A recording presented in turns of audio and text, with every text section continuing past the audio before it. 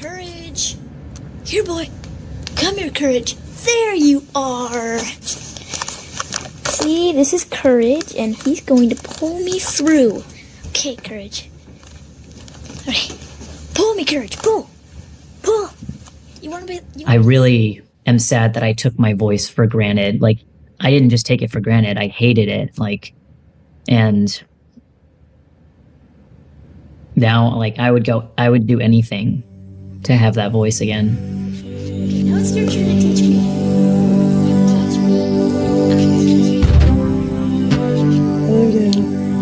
What's so funny, Daisy? Come back out with me later, okay? Say hi, Mom. Our goal here is to offer gender-affirming therapy. There is a substantial body of research that shows these treatments Treatment work. for gender dysphoria is proven to be life-saving medical care.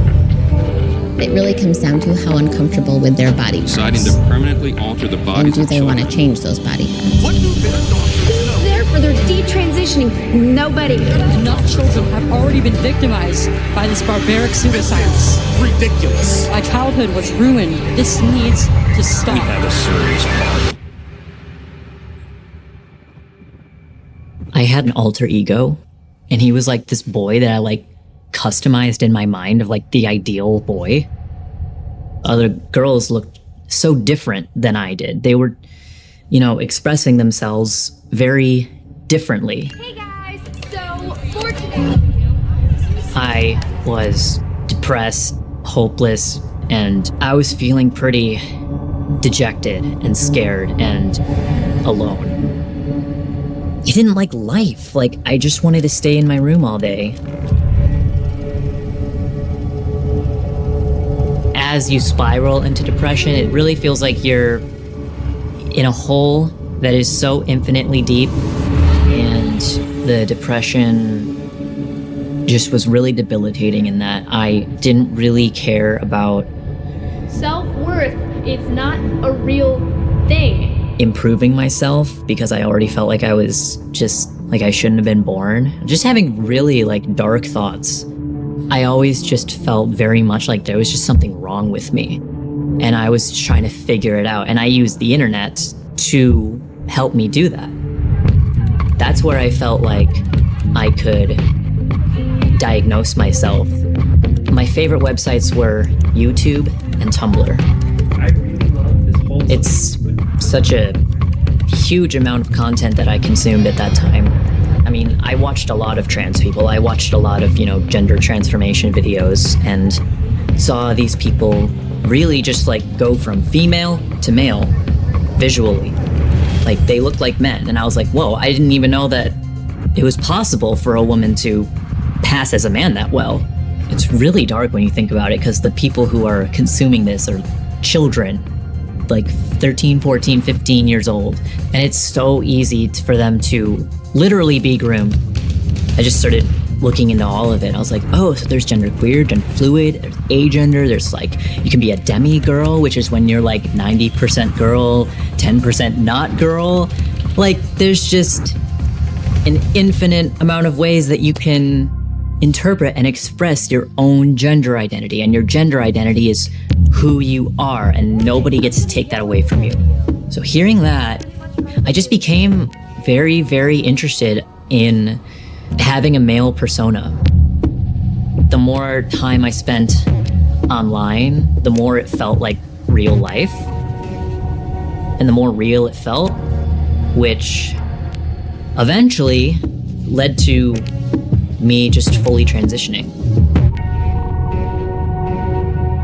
So I came out to my parents as Ollie, and, I went to this, behavioral mental health clinic for like 6 days. They had a meeting with my parents, and they basically told my parents that if you don't validate Oliver, if you don't validate him, then this is just going to get worse. The best thing that you can do to help him is to accept him as your son. But I already felt like I wasn't what my mom had expected. And for me, transitioning was the closest I could come to killing myself without actually doing it. With all of these mental struggles that I was having, not knowing how to make sense of it on my own, and consuming so much of the trans narrative and just loving life. Hearing people say this made me so much happier. This alleviated my pain. I wanted to alleviate my pain. I also didn't want to be who I was. So with transitioning, I could do both of those things. I could alleviate my pain and I can become someone else. I wanted to escape my own identity as Daisy. My name is Ali Chadra, and this is my voice one day before testosterone.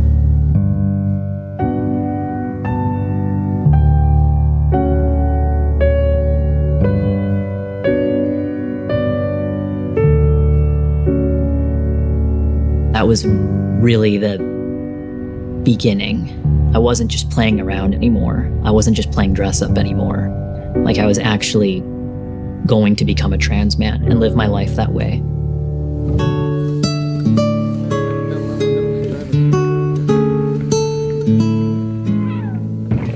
Culturally, we are Mexican, and men have to be very masculine in our culture. And I wasn't the most masculine growing up, and I think that had a part on everything that eventually led me to do what I did. It was around middle school. I was surfing YouTube one day, and a video popped up, male to female, and that eventually planted the seeds of doubt. It allowed me to be caught by the ideology that eventually led me to hurt myself. Eventually, I just wanted an answer to be given to me on who I was, and I went to see a therapist, and I had only asked, I think I might be trans, I don't know, I want to know. The therapist, immediately on my first appointment with her, said, yes, I am a transgender woman. She had my letter to transition the same appointment. After that, I just took everything slowly. But eventually my father found out what I was doing. And due to our culture, he was not happy. And he took me to Mexico and had me have sexual relationship against my will with a prostitute. I was a 19-year-old kid, and my father told the prostitute, take good care of him, it's his first time. He was trying to prove that I was a man. That broke me, obviously.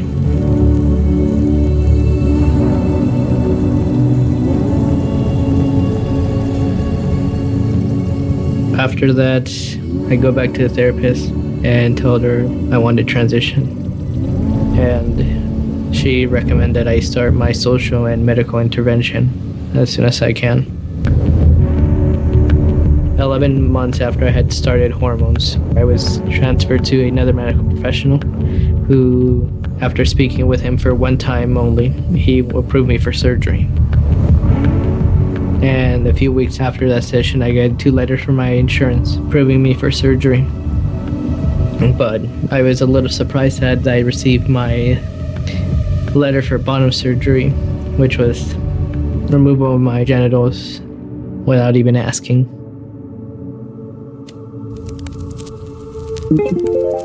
My name is Ali Chadra. This is my voice pre-T. My name is Ali Chadra, and this is my voice 1 month on T. 2 days ago was my official 3 months on testosterone. This is my voice 4 months on T. It's probably not really a good thing that I was able to get my hormones so easily. I mean, anyone can go in there. Not only did they send me home with the hormones, but I actually did my very first shot right there in the doctor's office. And I was just euphoric, and it was real. And I was actually going to start seeing changes, and I was going to start passing, which basically meant that everyone around me was going to see me as a boy, an actual boy. This feels good. This makes me happy. I'm actually feeling the feelings that, you know, all those like trans people online were saying that they felt. I just want to say that I'm literally so happy with my chest. It's so much better than I thought it would be. It's awesome. Seemingly out of nowhere, we've suddenly seen a huge spike in media depictions and social media depictions of transgenderism. It's even reached the mainstream advertising world. This month, I think this is all coming to a head and what this really means for our society. In cases like the case of Layla Jane, a young girl whose breasts were removed at age 13 by doctors who fed her a lie. Take this next case. Layla Jane was born a girl.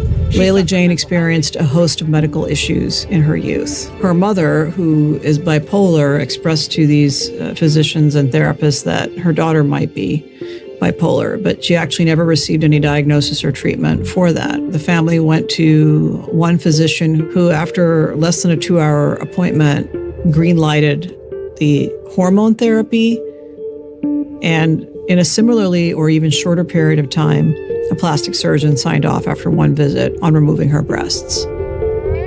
Like most young women who go down this path of identifying transgenderism as the solution to their problems, reinforced by irresponsible medical care providers, it's likely that if physicians had properly diagnosed all of the issues present in Layla Jane as a child, she would never have gone down this path. When parents of trans-identified kids are referred to specialized gender clinics, they're often told that they're going to get comprehensive, multidisciplinary mental health assessments. We know that that's not true. In practice, these kids were put on a fast track to medical transition. Layla is now 18 and is fighting back. So this does not happen to anyone else. My name is Prisha Mosley. I was a 15-year-old girl when the trans community found me. Already diagnosed with multiple mental illnesses, including anorexia, a body dysmorphic disorder, and borderline personality disorder, a trauma disorder, I was easy to manipulate and convince that I had been born in the wrong body. I was told that this was the reason for all of my mental and emotional distress. The gender specialist I was taken to see told my parents that I needed to be put on puberty-blocking drugs right away. They asked my parents a simple question: would you rather have a dead daughter or a living transgender son? This is the moment that we all became victims of so-called gender-affirming care. But is this the document we're talking about? You needed this letter signed by a therapist to open up the door for you to get these medical treatment. Is this the document that we're talking about earlier? Yes, it is. And it took you how long to get this? 30 minutes. The ideology that has become dominant at these clinics is that trans kids know who they are, and therefore to question them, to ask basic therapeutic questions like, could your gender dysphoria or gender identity have been triggered by some other event in your life? Basic questions of screening are completely taboo in these circles. But the truth is that parents don't have much of a choice in the matter. And doctors are telling parents in front of their distressed children, if you don't consent to the use of puberty blockers and cross-sex hormones, your child is going to die by suicide. I believe that most doctors who practice gender-affirming medicine, Their gender dysphoria, they genuinely, sincerely believe that they're doing good, but they're not. Finland, Sweden, France, Norway, and the UK are reversing course and asking questions. Have all not found enough medical evidence, psychological evidence to support transgender therapy. In the UK, their only national gender clinic for children shut down last year by court order. What do their doctors know that our doctors don't? Part of the problem is that the current cohort of teenagers that are being transitioned under the affirmative protocol, which lacks guardrails, which takes kids at their word when they say I'm trans, which doesn't do proper mental health assessments. In fact, double mastectomies on teenage girls went up 13-fold between 2013 and 2020. Between 2016 and 2019 alone, these procedures went up by 500%. A study published in 2022 by researchers who are advocates of gender-affirming surgeries showed that the youngest patient to have received a radical bilateral mastectomy in the United States is 12 years old. These kids are going to grow up and they're going to start to feel the full effects of their medical decisions. They're going to start to feel the side effects. If you really want to know whether amputating the breasts of a 12 or 13-year-old girl is ultimately in her best long-term interests, ask her when she's 30 or 40 and unable to breastfeed her own child.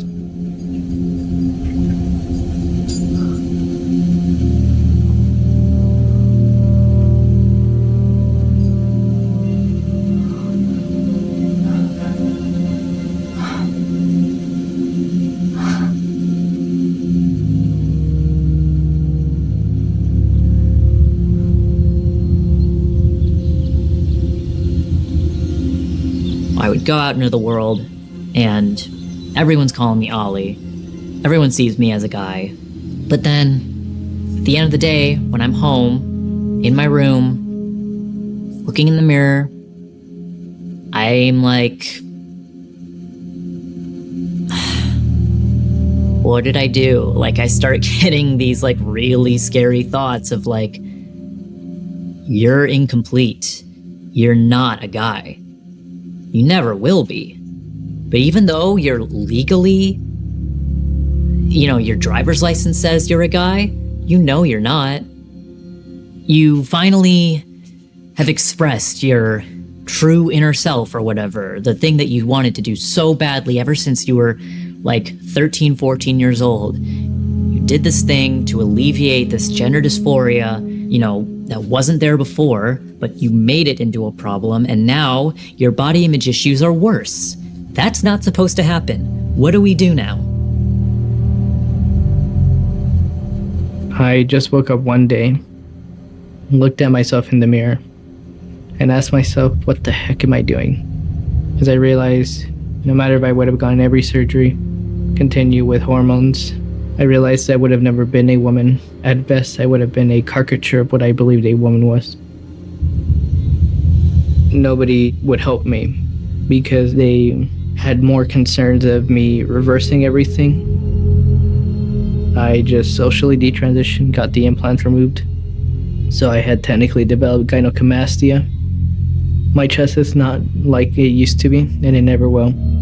I have scarring, numbness, and unfortunately my nipples are completely different, to put it lightly. It has been taking a major toll on me since I realized what I've done. I was almost 5 years on testosterone, so if I had gone further, I wouldn't have been able to go back. When I found out I was pregnant, I was just over the moon. I mean, I was scared I was gonna have a doctor tell me that, like, sorry, you're infertile, and it would have been my fault.